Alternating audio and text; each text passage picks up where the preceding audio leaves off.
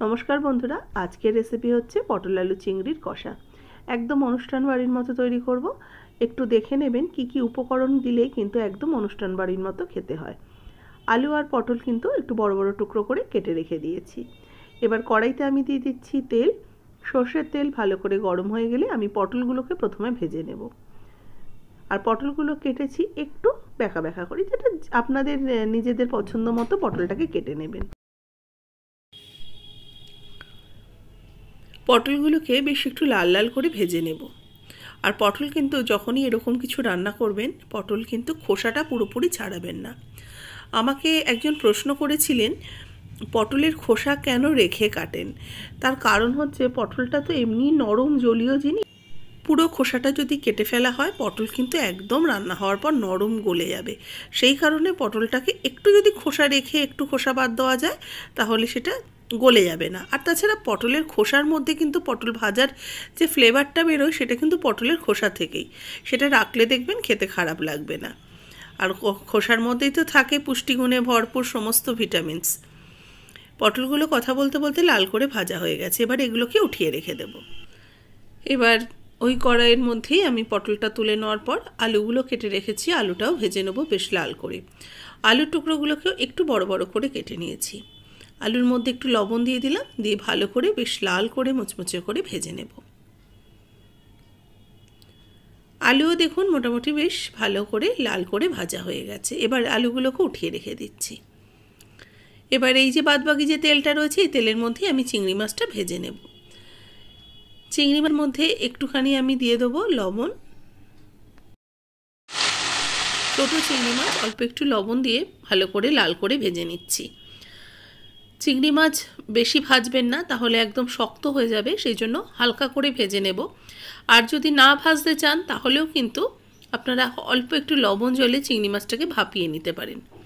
তবে আমি ভেজেই রান্না করব। আর সবসময় চেষ্টা করবেন মশলা কষানোর আগের মুহূর্তে চিংড়ি মাছটা ভাজার। তাহলে চিংড়ি মাছের ভাজার যে তেল আর জুসটা বেরোচ্ছে সেই তেলেই রান্না যদি করা হয় তাহলে কিন্তু যে কোনো রান্নারই মানে চিংড়ি মাছ দেওয়া যে গ্রেভিটা তৈরি করবেন সেটার স্বাদ খুব ভালো আসবে। এই যে চিংড়ি মাছটা ভেজে তুলে নেওয়ার পর যে জুসটা রয়েছে তার মধ্যে আরও একটু আমি তেল অ্যাড করলাম। এতে ফোড়ন দিয়ে দিলাম তেজপাতা, গোটা গরম মশলা থেতো করে নেওয়া, আর দিচ্ছি হাফ চামচ গোটা জিরে। ভালো করে ফোড়নটাকে কয়েক সেকেন্ড নাড়াচাড়া করব। যেহেতু চিংড়ি মাছ ভেজেছি তেলের মধ্যে একটু ফেনা ফেনা উঠছে এই কারণে। এবার একটু কোচানো পেঁয়াজ দিয়ে দিচ্ছি, পেঁয়াজগুলোকে ভেজে নেব। এখানে আমি একটা মিডিয়াম সাইজের পেঁয়াজ দিয়ে দিলাম। পেঁয়াজটাকে একটু হালকা করে ভেজে নেব, খুব লাল করে ভাজার প্রয়োজন নেই, হালকা করে পেঁয়াজটা বাদামি রং আসা পর্যন্ত ভেজে নিচ্ছি। পেঁয়াজ ভাজা হয়ে গেলে দিয়ে দেবো প্রথমে পেঁয়াজ বাটা। এখানে একটা পেঁয়াজ বেটে নিয়েছি, আর দিলাম আদা রসুনের পেস্ট 1 টেবিল চামচ।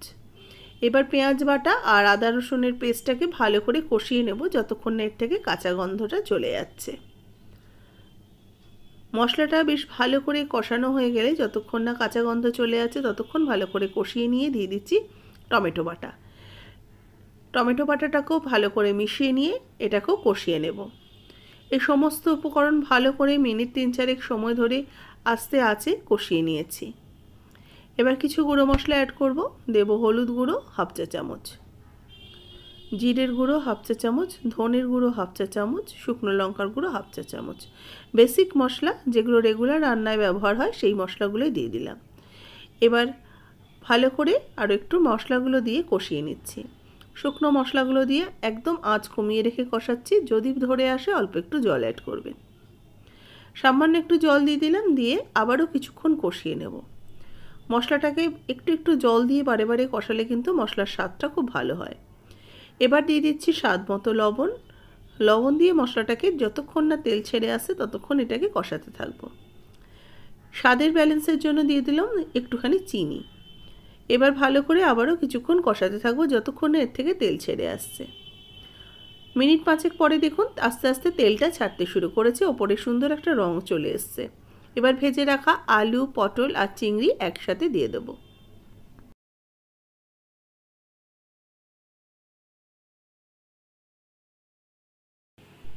এই আলু, পটল, চিংড়ি একসাথে দিয়ে ভালো করে মশলার সাথে কষাতে থাকবো। এবার দেখুন আস্তে আস্তে সবজির সাথে ভালো করে মশলাটাকে মিশিয়ে নেব। কষাতে কষাতেই কিন্তু রান্নাটা অন্যরকম হয়ে যাবে, আর এই কষাতে কষাতে সবজিগুলো সুন্দরভাবে সেদ্ধ হয়ে যাবে। এবার একটু ঢাকা দিয়ে রেখে দেব, মিনিট 2-1 জন্য ঢাকা দিয়ে রেখে দিলাম। 2 মিনিট পর ঢাকাটা খুলে নিচ্ছি। মশলাটা বেশ সুন্দরভাবে দেখুন রঙটাও ছাড়তে শুরু করেছে আর বেশ সুন্দরভাবে কষানো হয়ে এসছে। আবারও কিছুক্ষণ আমি ভালো করে মিক্সড করে নেব। পটল আলু চিংড়ি খুব ভালো করে কষানো হয়ে গেছে। অনুষ্ঠান বাড়ির যেটা সিক্রেট উপকরণ সেটা হচ্ছে নারকেলের দুধ। এই নারকেলের দুধ আমি 1/2 কাপ নিয়েছি আর 1/2 কাপ জল নিয়েছি। ভালো করে মিশিয়ে নিয়ে 1 কাপ দুধ জল মেশানো সেটা দিয়ে দিলাম। এই নারকেলের দুধে কিন্তু খুব সুন্দর একটা স্বাদ হয়, আর অনুষ্ঠান বাড়িতে দেখবেন পটল চিংড়ি কিন্তু খেতে ভীষণ ভালো হয়। আর তার স্বাদ সিক্রেট যে উপকরণ সেটা হচ্ছে নারকেলের দুধ। ভালো করে মিশিয়ে নিই। 2 মিনিটের জন্য ঢাকা দিয়ে ফুটতে দেবো হাই হিটে। 2 মিনিট পর ঢাকাটা খুলে নিচ্ছি। গ্রেভিটা কিন্তু বেশ গাঢ় হয়ে গেছে। একটুখানি গাঢ় করে নেবো গ্রেভিটাকে, একটু জল জল রাখবো না, একটু শুকনো শুকনো হবে। এবার নামানোর আগে দিয়ে দেবো 1/2 চা চামচ শাহি গরম মশলার গুঁড়ো আর দিয়ে দেবো 1 চা চামচ ঘি। ঘি আর গরম মশলার গুঁড়ো দিয়ে হালকা হাতে একটু মিশিয়ে নেব। এবার এটাকে ঢাকা চাপা দিয়ে স্ট্যান্ডিং টাইমে রেখে দেবো 5-7 মিনিটের জন্য। কিছুক্ষণ ঢাকা চাপা থাকলে কিন্তু রান্নাটা আস্তে আস্তে সুন্দর একটা কালার চলে আসে। কিছুক্ষণ পর একটু ঠান্ডা হয়ে যাওয়ার পর নামিয়ে সার্ভ করে নিচ্ছি। গরম গরম ভাতের সাথে বা রুটির সাথে পটল আলু চিংড়ি একদম অনুষ্ঠান বাড়ির মতো এই সিক্রেট উপকরণ দিয়ে একবার খেয়ে দেখুন। আশা করি আপনাদের সকলের ভালো লাগবে, কারণ রেসিপিটা এতটাই সুন্দর খেতে হয়।